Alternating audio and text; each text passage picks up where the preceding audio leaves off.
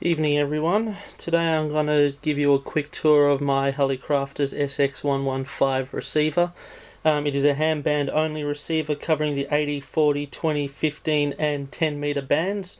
The 10 meter section being so wide is actually split up into 4 sections to make it easier to tune. This was produced in the early 60s, I think between around 61 and 65. It is a triple conversion super heterodyne receiver, which pretty much means that the IF frequency is shifted 3 times, or as I like to say, thrice, because it sounds a hell of a lot more hoity-toity and makes me sound a hell of a lot more intelligent. It has got 18 valves in it, one of which is a regulator. I've made minor modifications to it. I changed the oscillator valve, this one right here, from a 12AT7 to a 12AZ7A, which is able to handle higher frequencies. Now, one thing to take note of, should you actually get one of these receivers, or one just luckily fall into your hands, it is very, very, how should I say, selective as to which valves you can put into it. Like, some won't oscillate at higher frequencies, like the 10 meter band is dead if you use some of the modern Russian valves, for example.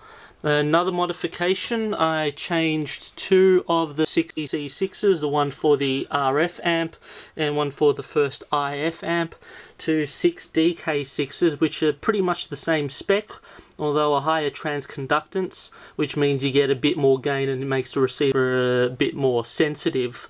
One thing I haven't done as yet is to replace the filter capacitor in the power supply, because, well, this one's getting towards about 50 years old, so it's getting a bit long in the tooth, but it seems to work so far. I was smart enough to bring this receiver up using a Variac, very, very slowly, like I'm talking about over the space of an hour, inching it up, 5 volts at a time, just so this thing doesn't burst in like a party popper with a hell of a lot more smoke and noxious fumes.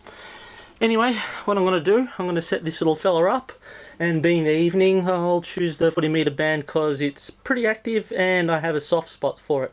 Hopefully we'll hear something interesting soon. Oh yes, one thing I did fail to mention, I did replace the power plug. Being an American device, this does run on 110 to 120 volts, so I made sure I stuck on a proper power plug, lest I stupidly, in a fit of absent-mindedness, plug it into 240 volts and make the thing explode. But the first thing I did was replace it with a power plug with an earth. The original didn't have an earth pin. Pretty much the chassis was connected via capacitors, small value capacitors, to the neutral and the active pins. Now, it's probably not a good idea to do that these days, but in the 60s I suppose they're a bit more lenient with their electricity. Hell, they've had receivers, I'm not sure if you read about the All-American 5 receiver, where the chassis was live. Good way to get yourself killed on a Sunday afternoon listening to your favourite program should things fail. But we've learnt better. Things are different now. It's a bit more stricter, so may as well try and exercise safety, shall we? Alright, without further ado, let me plug this little fella in and have a listen. Alrighty, here we are. After a almost back-breaking experience of trying to lift this thing, because believe me, they don't call these things boat anchors for nothing, because, well, they weigh a ton, certainly that. I've put it on my little shelf above my trusty IC 746, which is featherweight in comparison. So here we go. Over here we've got a beautiful analog S meter. Look at how beautiful that is. If you play with amateur radio, you know what an S meter is. Basically, the more S units, the stronger the signal. Down here we have got the antenna trim, sort of like an antenna matcher for receive. RF gain, which I always leave on full. Volume, self-explanatory. This changes the band. At the moment we're in 40 meters, got 80 meters, 20, 15 and 10 split up in 4 sections, but let's go back to 40. Alright, we've got a function switch over here. Don't know how well that is going to focus, but let's zoom in just a tad. Pardon the really poor lighting. Obviously it's got your power, lower sideband, upper sideband in single sideband mode, and then in AM mode you can choose either the lower or the upper sideband depending upon which one comes in the strongest. As we're on 40 meters at the moment, we're on lower sideband on single sideband. Over here is the main tuning knob. Just zoom out a bit so I'm less shaky. At the moment, well, as you can see, firstly it's split up in 1 kHz divisions. Hey, there we're getting a squeak. Up to about 25 where it starts again at 0. Why is that? Because up here in the main, oh, you can see my Celtic Frost shirt. Yes, metalheads do like amateur radio. But over here, everything's split up in 25 kHz increments. And what's really funky, if you look at the main tuning dial, the needle goes up to indicate which band it is on as well. How lovely is that? Mechanical and analog. Alright, so before my battery dies, whoop, okay, obviously, let's see over here, selectivity, so you can choose the bandwidth of the IF stages, pitch for single sideband, notch filter, AVC, automatic noise limiting. Alright, so let me tune up and let's see what we can find.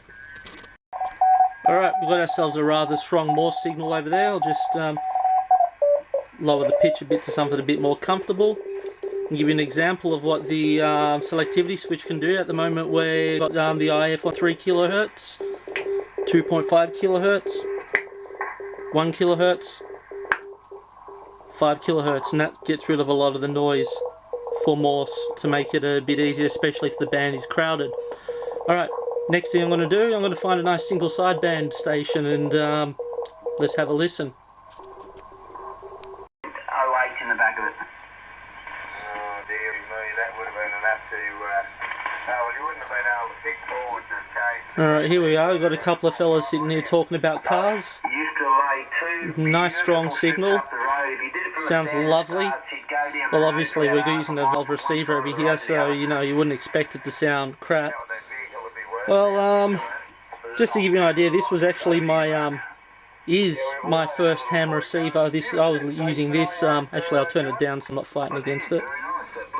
I was using this to listen to people before I got my license.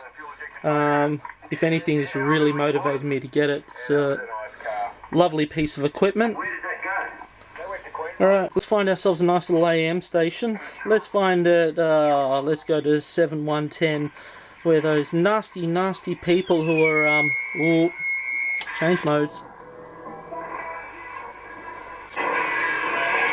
Transmitting in the middle of the ham band, 7,110 kilohertz.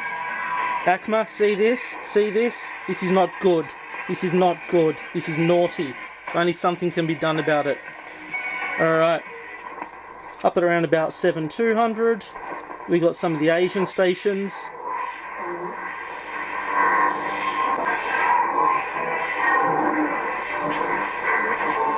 Well, somewhere. Here we go. And they are being legal. That is legal. That is okay. This part of the section 7200 to 7300 is on a secondary basis, so they're being good boys. 7110, naughty. Naughty, naughty, naughty.